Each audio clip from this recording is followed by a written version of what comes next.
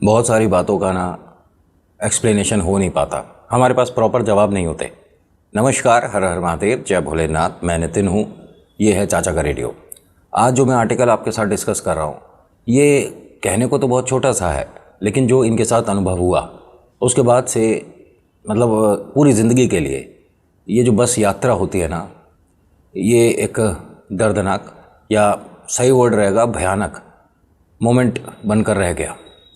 इनके साथ इन उम्मीद भी नहीं थी कि ऐसा होगा, क्योंकि देखिए किस्से, कहानी, पिक्चरें, वेब सीरीज़ इनमें तो सुना है, देखा है, लेकिन रियलिटी में पैरानॉर्मल एक्टिविटी होती हैं सोचा भी नहीं था। चलिए होती भी होंगी तो दूसरों के साथ होती होगी, अपने साथ तो कभी नहीं हुआ। लेकिन जब इन्होंने खुद ये सब कुछ महसूस करा तो मयूर का ये कहना है कि कोई माने या ना माने, मैं मानता हूँ कि पैरानॉर्मल एक्टिविटी जो होती हैं मजाक नहीं होता। बात है नैनीताल हाईवे की। अपने दोस्तों के साथ एक बस में अपना दिल्ली से नैनीताल जा रहे थे। कुछ फ्रेंड इनके गाज़ियाबाद रहते थे, तो इन्होंने गाज़ियाबाद से और जो मेरठ से आने वाला था वो, और जैसे तैसे करके एक जगह इन्होंने मीटिंग फिक्स किया कि यहाँ से हम सभी लोग नैनीताल की बस में चढ़ेंगे। नैनीताल, मसूरी, देहरादून, ये सारा एक लंबा प्लान था इनका घूमने का। बहुत समय बाद एक दूसरे से मिल रहे थे। मतलब ये मानिए कि 12th के बाद ये सब अपनी अपनी लाइफ में, कोई किसी कॉलेज में, कोई किसी कॉलेज में, कोई किसी देश में शिफ्ट हो गए थे, मिलना हो नहीं पाता था। तकरीबन कॉलेज के 9 साल बाद सभी की मुलाकात हो रही थी। बहुत सारी बातें थी एक दूसरे से कहने के लिए। एक लड़का था जिसका नाम गुरप्रीत था। गुरप्रीत ये मतलब जब इन सभी से मिल रहा था तब वैसा नहीं था जैसे कॉलेज में हुआ करता था। वो हर छोटी छोटी बड़ी बड़ी बात जो भी हो रही थी ना, उनका कोई ना कोई मतलब बना रहा था। यार ऐसा नहीं करते, यार बैठे बैठे पैर नहीं हिलाना चाहिए, अरे यार ये हमसे गलती से कांच गिर गया, गिलास टूट गया। अरे मतलब हर बात को शगुन और अपशगुन से जोड़ रहा था। लोगों ने इसका मजाक बना दिया। ठीक है, आप किसी की बात से एग्री नहीं करते मत होइए, लेकिन उसका मजाक कभी मत बनाइए। मैं ये अपने लिए नहीं बोल रहा कि आप मेरी बात से एग्री नहीं होते। मेरे अनुभव, कहानी जो भी मैं बताता हूँ ये आपको मजाक लगती है, मनगढ़ंत लगती है कि मुझसे आप एग्री नहीं हो रहे तो मेरे बारे में उल्टा लिख देते हो। मुझे कोई दिक्कत नहीं, खूब लिखो, बहुत लिखो, अच्छी बात है। और ज़्यादा लिखोगे तो मैं और सुधार कर पाऊँगा। खूब बुरा बुरा लिखो, कोई परेशानी नहीं है। लेकिन ये जो बुरा लिखने वाले हैं ना, मैं अपने आप को जस्टिफाई नहीं कर रहा हूँ, ना अपने अनुभव को। उनसे एक छोटी सी बात कहूँगा, कभी भी आप हॉरर मूवी देखने जाते हैं थिएटर में, या आप कोई सीरियल देख रहे हैं टीवी पर, आपने वो देख लिया, कंप्लीट होने के बाद क्या आप डायरेक्टर, प्रोड्यूसर, राइटर के घर पहुंच जाते हो कि हाँ ये जो सब तूने बताया, बता कहाँ कहाँ हुआ, हमें बता, हमें सब कुछ दिखा। तो मेरे से क्यों पूछते हो?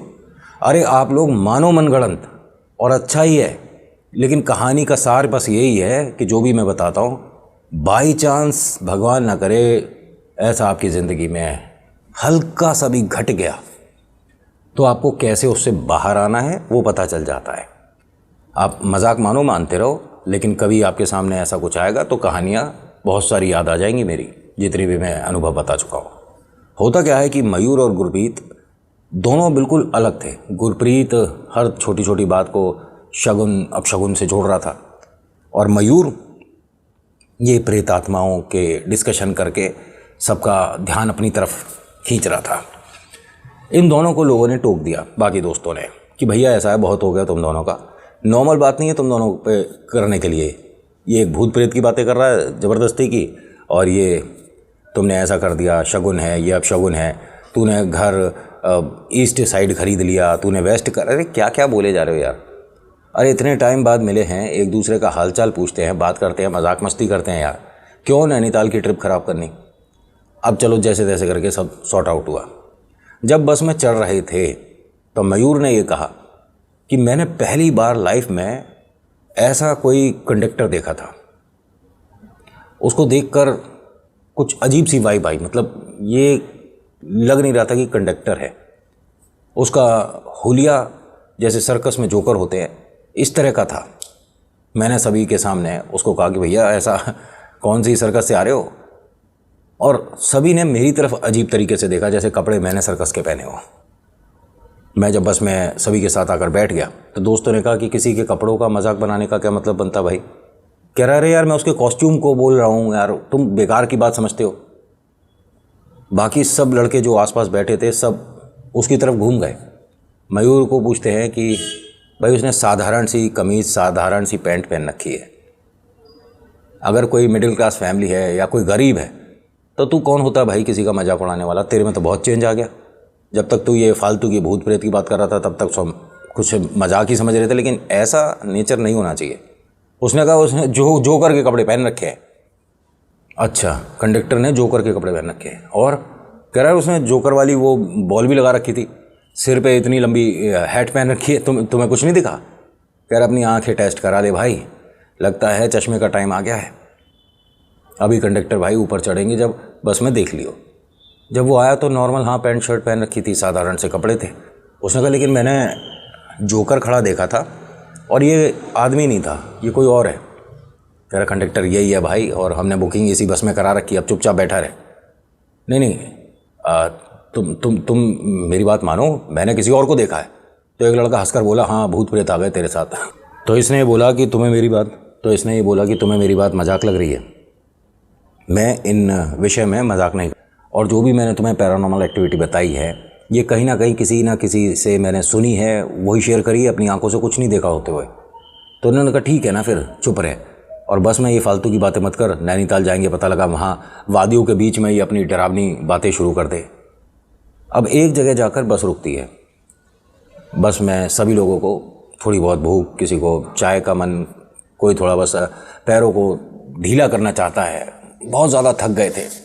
सभी ने कहा कि चलो ठीक है बाहर चलते हैं, एक कप चाय हो जाए। सारे दोस्त बाहर आए थे। वो जो खाट होती है, आप हरियाणा जाओगे या कहीं गांव में जाओगे तो आपको ये खाट अक्सर हर घर में दिख जाती है, जो रस्सियों वाली खाट होती है, बिछी हुई थी। सभी लोग उस पर बैठ गए। तो एक पाए के पास, एक खाट के मतलब पाया मतलब उसका जो पैर है, खाट के जो 4 पैर होते हैं उनमें से एक पैर के पास एक कोई मतलब रुपया 2 रुपया मांगने वाले जो आ जाते हैं उस तरह का कोई है। उसके हाथ में कटोरी थी, उसने इसके तरफ बढ़ाई। ये अपनी पॉकेट देखने लगा कि यार मेरे पास चेंज तो है नहीं, तुम में से किसी के पास कोई चेंज है क्या? तो गुरप्रीत ने कहा कि हाँ मेरे पास है। उसने चेंज में एक 5 का सिक्का निकाल कर दिया। उसने कहा थैंक यू, मैं तेरे को बाद में लौटा दूंगा। उसने लिया और जब पीछे देखा तो वहाँ कोई है नहीं। अरे भैया कहाँ गए? और यहाँ कोई अंधेरा इतना नहीं था, अच्छी खासी रोशनी थी, मतलब जितनी हो सकती है उतनी तो थी। आसपास घूमने लगा, इधर उधर देखने लगा। सारे दोस्तों ने पूछा अब क्या हुआ, फिर से कुछ दिख रहा है? कह रहा यार कोई मांगने वाला था, उसने कटोरी मेरी तरफ बढ़ाई थी। कह रहा भाई तेरे तो पीछे ऐसा लगता है प्रेत लग गए, कभी तेरे को जोकर दिख रहा है, कभी कोई तेरे को मांगने वाला दिख रहा है। अभी भी हम में ऐसे कोई ठीक है या साथ में बैठा हुआ यहाँ भी कुछ दिख रहा है?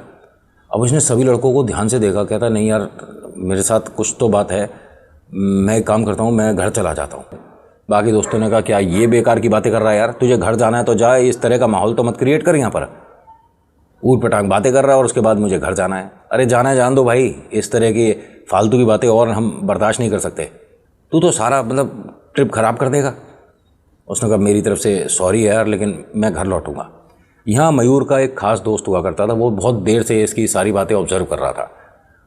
उसने फिर इसके पास आकर बोला कि बस मुझे एक बात बता, ये मन से बातें कर रहा है या वास्तव में कुछ तेरे को दिखा है, महसूस हुआ है? उसने कहा एक भी बात मैंने झूठ नहीं बोली है। उस टाइम जोकर दिखा था और इस टाइम कोई मांगने वाला था। उसने कटोरी मेरी तरफ बढ़ाई, मैं तभी चेंज मांग रहा था, वरना मुझे क्या ज़रूरत है? उसने कहा ठीक है, लेकिन तू घर नहीं जाएगा। घर पहुंचेगा पता नहीं किस समय, यहाँ तेरे साथ सभी लोग हैं, रास्ते में ना जाने अकेला जाएगा, कैसे क्या होगा। या तो मैं तेरे साथ चलता हूँ, मैं भी अपनी ट्रिप छोड़ दूँगा।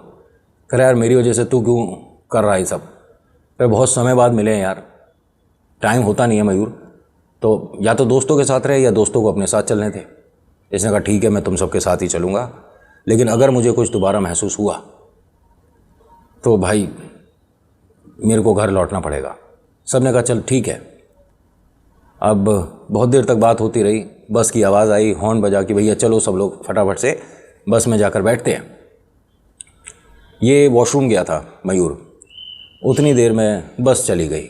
बस में जो लड़के उन्होंने पता क्या बताया था? अच्छा एक बात सोचिए, अगर आपके साथ 11-12 दोस्त चल रहे हैं और आप बस में नहीं चढ़ पाए, बाई चांस मान लेते हैं, तो वो जो 11-12 दोस्त हैं वो बस रुकवा देंगे, नॉर्मल सी बात है। लेकिन अगर आप बस में आ गए तो वो क्यों रुकवाएंगे? बाकी लड़कों का ये कहना है कि मयूर आ चुका था बस में और सबसे पीछे वाली सीट पर जाकर बैठ गया था और हम सबसे इशारे से मना कर दिया था कि बस इधर कोई मत आना, मैं बैठा हूँ। और मयूर आया था 3 घंटे बाद इनके पास। जब ये दूसरी बस से लिफ्ट लेकर इनके पास पहुँचा तब इन सभी को ये सुनकर या मयूर को बस में अंदर आता देखकर, जिसे डर कहते हैं, वो एहसास हो गया था। क्योंकि मयूर को देखते के साथ ही सब लोग जो दोस्त थे वो खड़े हो गए, क्योंकि बस बीच में कहीं रुकी नहीं। एक लास्ट स्टॉपेज था, उसके बाद नैनीताल आ गया था। ये बस में कहाँ से चढ़ा? ये तो पीछे बैठा हुआ है। और जब इन्होंने पलट कर देखा तो पीछे की जगह खाली थी। मयूर से पूछा गया कि तू अभी पीछे बैठा हुआ था, कब उतरा, कब तू दूसरी बस में बैठ गया और कब तू यहाँ आ गया? मयूर ने कहा कि नहीं भाई, मैं इस बस में चढ़ा ही नहीं था, बस निकल चुकी थी और मैं चिल्लाता रह गया। वहाँ एक और बस खड़ी थी, उसने कहा कि अगर बस में तुम्हारे दोस्त हैं, मित्र हैं तो उन्हें फ़ोन करके। मैंने अपना फ़ोन देखा, मेरी बैटरी बिल्कुल नहीं हो पाया, फ़ोन चार्ज करता इतनी देर में वो जो दूसरी बस खड़ी थी वो भी चली जाती। उन्होंने कहा आप इसमें बैठ जाओ, हमें कोई प्रॉब्लम नहीं है, और थोड़ा रुपया 2 रुपया देख लेना, दूसरी वाली जो मतलब आपकी जो बस मिस हुई है जहाँ जाकर रुकेगी वहाँ हम चेंज करा देंगे। मैं अब आकर बैठा हूँ।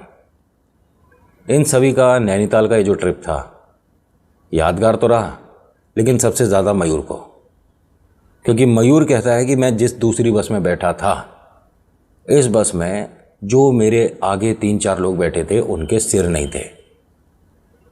मैं बस ड्राइवर ने जो बोला जाकर मैं बैठ गया, और फिर जो लोग आकर बैठे, मेरे को नींद आ गई थी ना जाने कैसे, और जब आँख खुली तो हाँ 3-4 लोग बैठे थे, लेकिन उनमें से किसी के सिर नहीं थे। मैं ना ड्राइवर को आवाज़ दे पाया, ना मैं मदद मांग पाया, ना मेरे से किसी ने कोई बात करी। बस रुकी है और मैं बस भागता हुआ यहाँ पर उतरा हूँ। वापस से बस में चढ़कर देखा तो इस तरह के कोई भी लोग नहीं बैठे थे। तुमसे ज़्यादा डर तो मुझे लग रहा है। सभी दोस्तों ने कहा कि ये तू कहानी बना रहा है। कह रहा कि कहानी तो तुम भी बना रहे हो सकता है ना। तुम कहते हो कि मैं तुम सबसे मिलता हुआ सबसे पीछे जाकर बैठ गया। क्यों भाई, मैं क्यों बैठ गया पीछे? और मैंने किसी से 3 घंटे तक बात ही नहीं करी। क्या बोल रहे हो? अब यहाँ दोनों के मन में डर बैठ गया इस नैनीताल ट्रिप से, मयूर के भी और बाकी सभी दोस्तों के भी। लेकिन ये जो गुरप्रीत है, इसके बारे में एक बात और आई थी नैनीताल गुरप्रीत करके, बहुत से लोगों को पता होगा। इसके विषय में भी बताऊंगा, एक अलग आर्टिकल में बताऊंगा। ये कोई इसका सेकंड पार्ट नहीं है, बट हाँ मैंने ये भी पढ़ा तो मैं सोच रहा हूँ कि ये भी आपके साथ शेयर करना चाहिए। So thank you so much for watching. मैं नितिन हूँ। आज के आर्टिकल में इतना ही, कैसा लगा बताना ज़रूर। मुलाकात करूँगा एक अगली वीडियो में। हर हर महादेव, जय भोलेनाथ, धन्यवाद।